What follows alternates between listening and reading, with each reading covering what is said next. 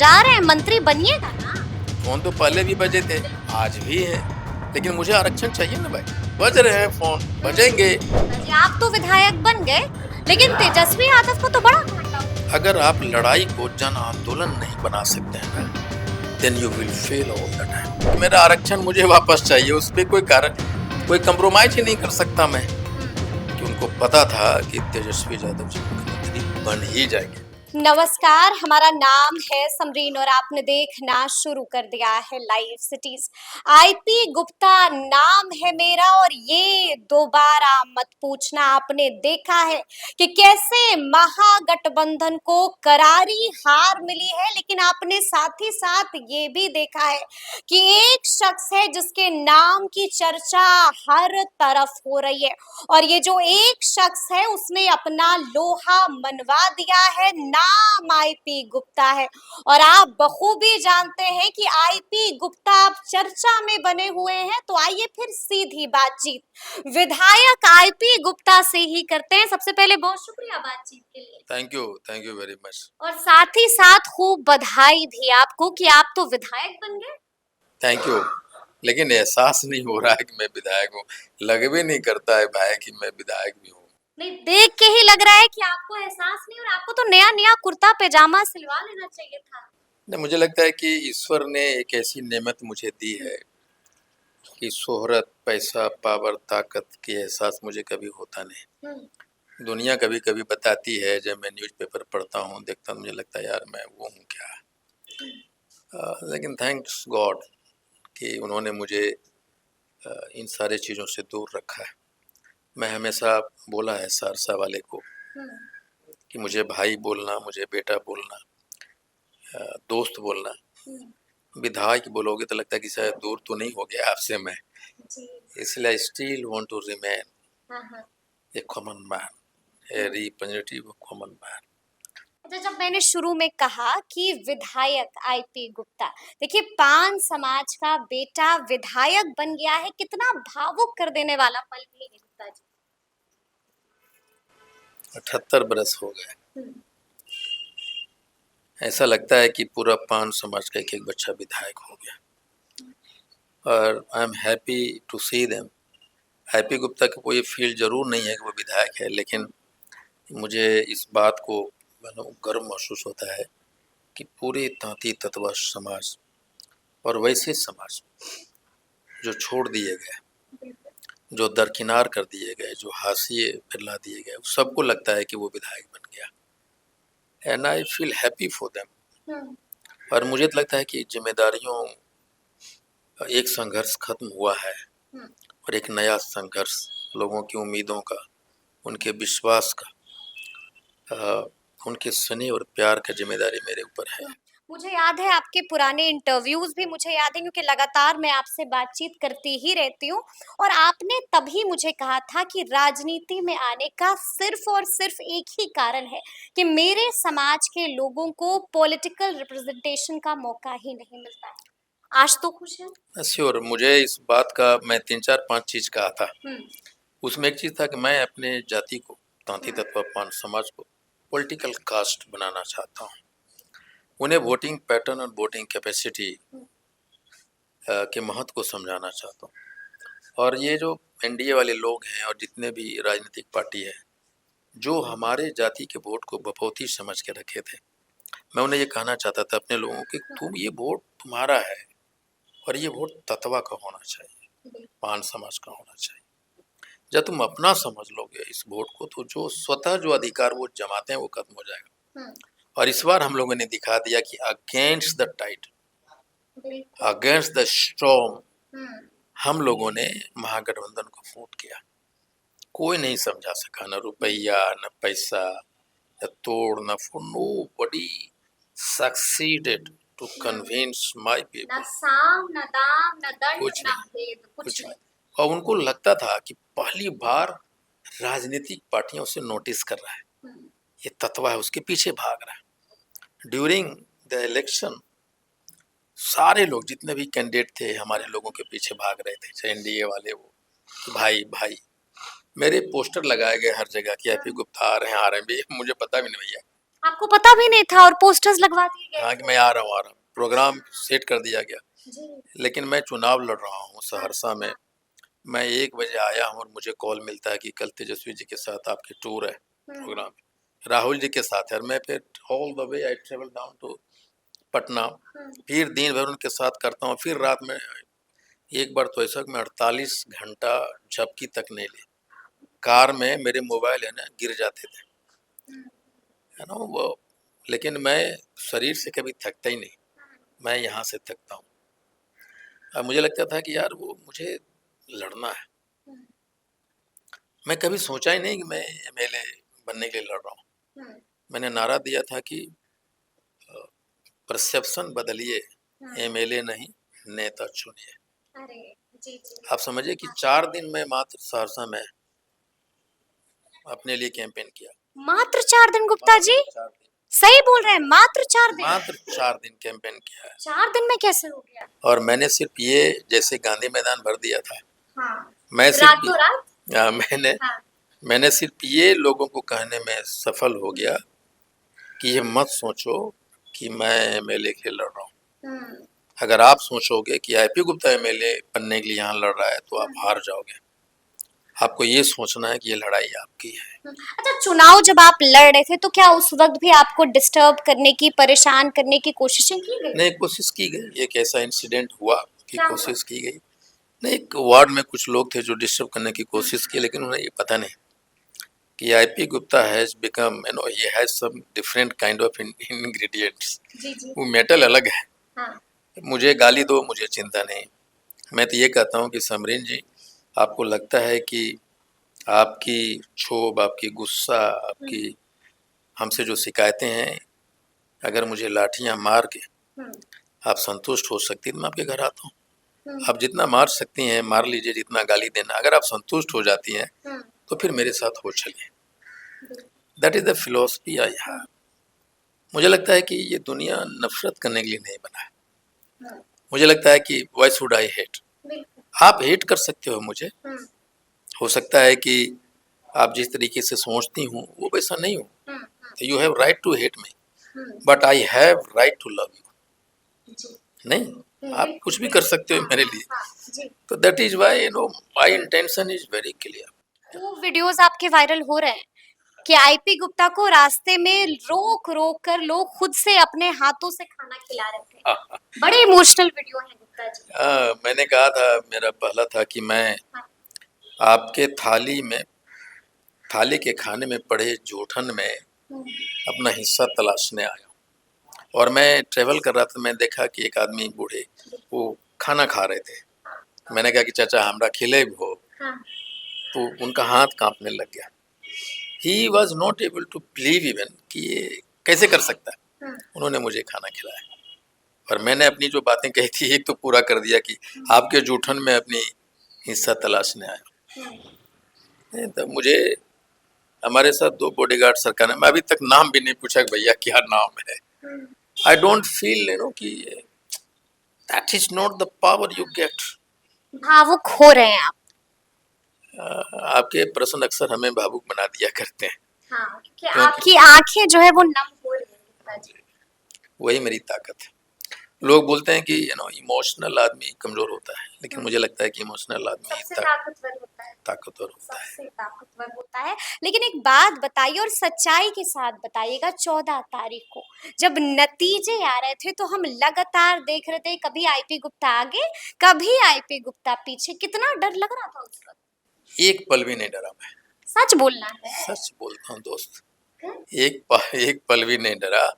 मुझे लगता था कि तुमने मुझे भेजा है ना, उसने भेजा है। I never plan to fight from Saharsa. मैं सोचा भी नहीं कि सहरसा से लड़ूंगा। मुझे याद है। हाँ, जब और हमारी बात भी होती थी तो आप कहते थे सहरसा नहीं जा रहे। हाँ, उसके बाद मैं ये सोचता हूँ, फिर मैं जब आया तो इतनी तूफान सा क्यों है सहरसा में, दुनिया पागल क्यों है। पी गुप्ता, तुमने मुझे भेजा है। मेरा ये मानना है कि हार जीत परिणाम होते हैं, लड़ाई शर्त है। तो तुमने मुझे लड़ने के लिए भेजा है, और अगर तुम्हें लगता है कि लड़ाई लड़नी है तो मैं लड़ रहा हूँ, बाकी तुम्हारी मर्जी है। थोड़ा भी कहीं भी नहीं, स्पंदन तक नहीं हुआ कि मैं हारूंगा। जीता तो भी मुझे वैसे ही था। लेकिन इतना प्यार मिलेगा, इतना प्यार मिलेगा, इस बात के बारे में कभी सोचा था? शानो गुमान में सोचा था आपने? मैं डिजर्व नहीं करता।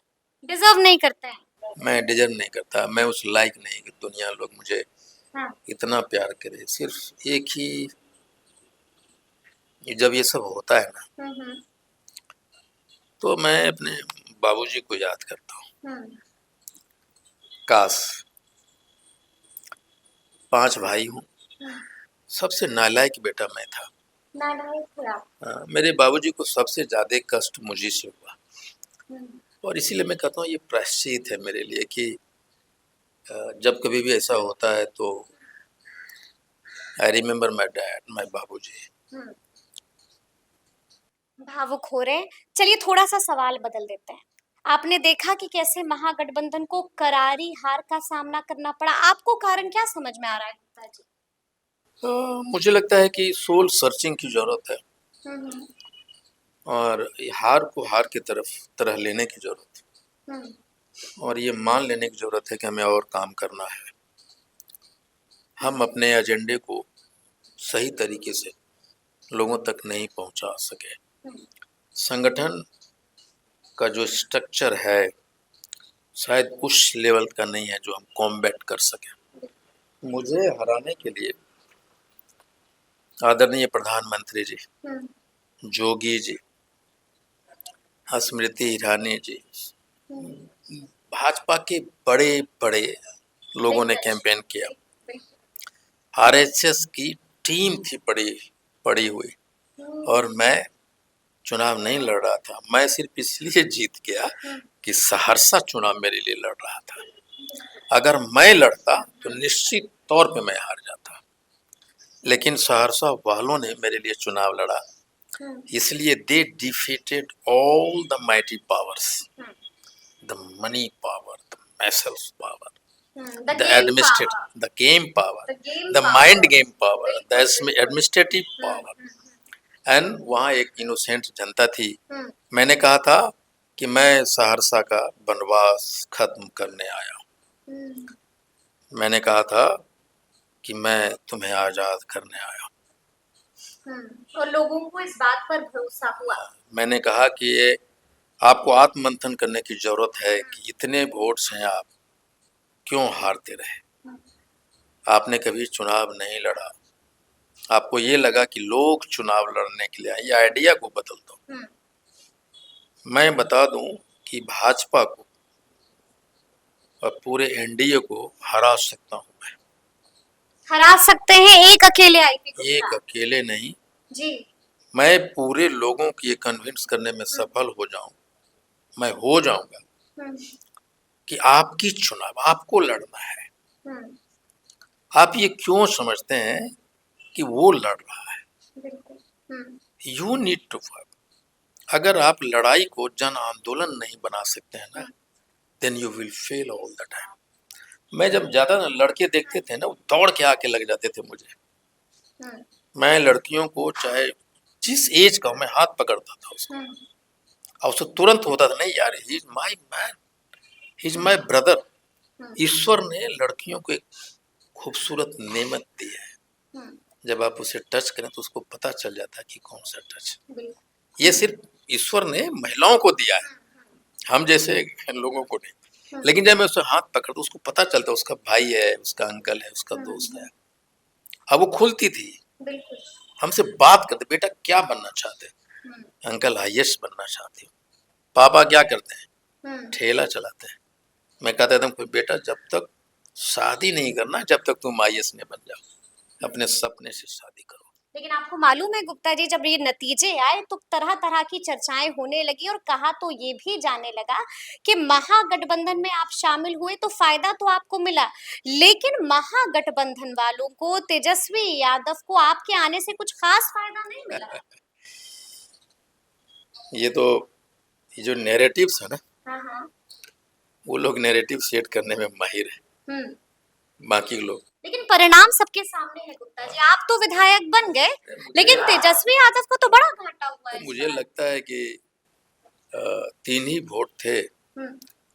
जो सबसे स्ट्रोंग कारण मुझे जो लगता है कि महागठबंधन हारी है, वो सिर्फ एक ही कारण मुझे दिखाई पड़ता है। कौन सा? कि एनडीए वाले को, लोगों को पता चल गया था कि तेजस्वी यादव जी मुख्यमंत्री बनने जा रहे हैं।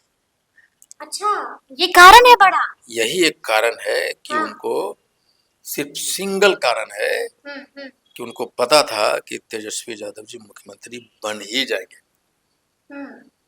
यही सिंगल कारण था। तो हम मुसलमान, यादव और पान, कुछ और वोट कर लीजिए, इतना ही इंटैक्ट थे और बाकी लोगों को कंसोलिडेट करने में वो लोग सफल हो गए। ये चुनाव बेहद खास था। डू एंड डाई सिचुएशन थी तेजस्वी यादव की। सिर्फ ये एहसास पता चल गया कि तेजस्वी यादव जी मुख्यमंत्री बन जाएंगे। तो क्या आपको लगता है कि घोषणा भी नहीं करना चाहिए था इस बात को लेकर के? नहीं, घोषणा करते या ना करते उससे कुछ फर्क नहीं पड़ता। दुनिया तो जानता था कि भाई अगर हम मेजोरिटी में आएंगे तो सिंगल मैन तेजस्वी यादव मुख्यमंत्री बनेंगे। मेरे नजर में सिर्फ यही एक था और वो इस बात को टॉलरेट नहीं कर पा रहे थे एनडीए वाले। उन्होंने अपनी पूरी ताकत, ये 10,000 क्या है, बिल्कुल, और जो पैसे ट्रांसफर हुए during the code of conduct क्या है, ये सारी मशीनरी लगाई कि सिंगल मैन को डिफीट करना है वो तेजस्वी यादव। लेकिन आपको मालूम है ना कि उसके बाद अब क्या कुछ चल रहा है, हलचल मची हुई है राजद के भीतर और कहा तो ये भी जा रहा है कि राजद में बड़ी टूट हो सकती है। और आपको हम ये भी बता दें कि कई विधायकों का फोन बज रहा है। नहीं, फोन तो बज रहे हैं। बज रहे हैं, मान रहे हैं? मेरे भी बज रहे हैं। आपके भी बज रहे हैं। आपको भी बुलावा आ रहा है कि गुप्ता जी उधर क्या है, इधर आ जाइए, मंत्री बना देंगे। हर के बज रहे हैं भाई, ये राजनीति का हिस्सा है। कौन बड़ा चीज है ये एकदम छोटी चीज है। कौन बड़ा चीज है? बज रहे हैं फोन, बजेंगे और सामने वाले बजाएंगे भी। प्रलोभन भी दिया जाएगा। कोई बड़ी चीज नहीं तो है। फैसला क्या किया है गुप्ता जी ने? बड़ा खुलासा तो कर दिया हमारे कैमरे पर कि मेरा भी फोन बजा है, तो जा रहे हैं, मंत्री बनिएगा ना? नहीं, मेरा ये कहने मतलब है कि जो भी राजद की बात करते हैं या कांग्रेस की बात करते हैं, मैं तो तभी, मेरा देखिए, मेरा आरक्षण मुझे वापस चाहिए, उस पर कोई कारण, कोई कंप्रोमाइज ही नहीं कर सकता मैं। फोन तो पहले भी बजे थे। बिल्कुल बजा था, याद है हमें। मंत्री बनने तो को, घर पर भी आए थे आपके? मंत्री बनने को ऑफर पे आज भी है, ऐसा नहीं है, लेकिन मुझे आरक्षण चाहिए ना भाई। तो आपको नहीं लगता है कि जो आपकी मांग है, उस मांग को पूरा करने का जो रास्ता है वो एनडीए को होकर जाता है? देखिए, मेरा ये है किधर होके जाता है ये महत्वपूर्ण मेरे लिए नहीं है। Justice shall be delivered by any means. मुझे आरक्षण चाहिए, वो किधर से आता है मुझे मतलब। Justice delayed is not always justice denied, Gupta ji. But this is a demand to change the whole society of Pan, the fate of Pan. कहेंगे सब मंजूर है, आप आइए तो। सब कबूल है, कबूल है, कबूल है, कबूल है, गुप्ता जी आइए तो। मैं जो कबूल है तो मैं जरूर सोचूंगा। सोचिएगा। बिल्कुल, क्यों ना, आरक्षण मिलेगा तो निश्चित तौर पे मेरी पहली मांग है, मैं सभी लोगों से माफी मांगूंगा। जरूरत पड़ेगा तो मैं विधायक रिजाइन कर दूंगा। ऐसा भी कर सकते? एकदम कर सकता हूँ, क्यों नहीं। मुझे लगेगा कि भाई अगर मुझे आरक्षण आ रहा है, वोट तो हमको महागठबंधन दिया है, तो फिर अगर मैं उधर चला जाता हूँ आरक्षण मिलने के बाद, तो मुझे विधायक रहने का अधिकार कहाँ है? अधिकार तो नहीं है फिर। या फिर मैं माफी मांगू, या फिर मैं उनके लिए, जो हमें वोट दें उनके लिए, जहाँ जिधर भी रहूं उनके लिए काम करता रहा। एकदम, हाँ बिल्कुल, उनके लिए करूंगा, सीना ठोक के करूंगा, क्योंकि वोट उन्होंने दिया है। तो मालिक तो वो है, नौकर मैं हूँ। नहीं, मेरी आरक्षण मेरी पहली डिमांड, मेरी पहली सारी चीजें। और सहरसा के लोगों ने मुझे वोट दिया है, मुझे एमएलए बनाया है, तो उनका भी तो सम्मान करना होगा। बिल्कुल करना होगा। अंतिम सवाल मेरा यही है कि क्या कहिएगा, काफी लोग आपको सुन रहे हैं और किसी ने नहीं सोचा था कि आईपी गुप्ता पान समाज का बेटा विधायक बन जाएगा। क्या मैसेज दीजिएगा उनको? आईपी गुप्ता नाम है मेरा, क्या बात है, आईपी गुप्ता नाम है मेरा और यही काफी है। तो सुना आपने कि आईपी गुप्ता ने लाइव सिटीज के कैमरे पर क्या कुछ कहा है और बड़े बड़े खुलासे भी किए हैं। तो फिर ये पूरी बातचीत, ये पूरी चर्चा और ये पूरा वीडियो आपको कैसा लगा है, कमेंट करके हमें जरूर बताइएगा। तो ऐसे तमाम अपडेट्स के लिए बिल्कुल ऐसे ही हमारे साथ बने रहिएगा और देखते रहिएगा लाइव सिटीज। बहुत शुक्रिया।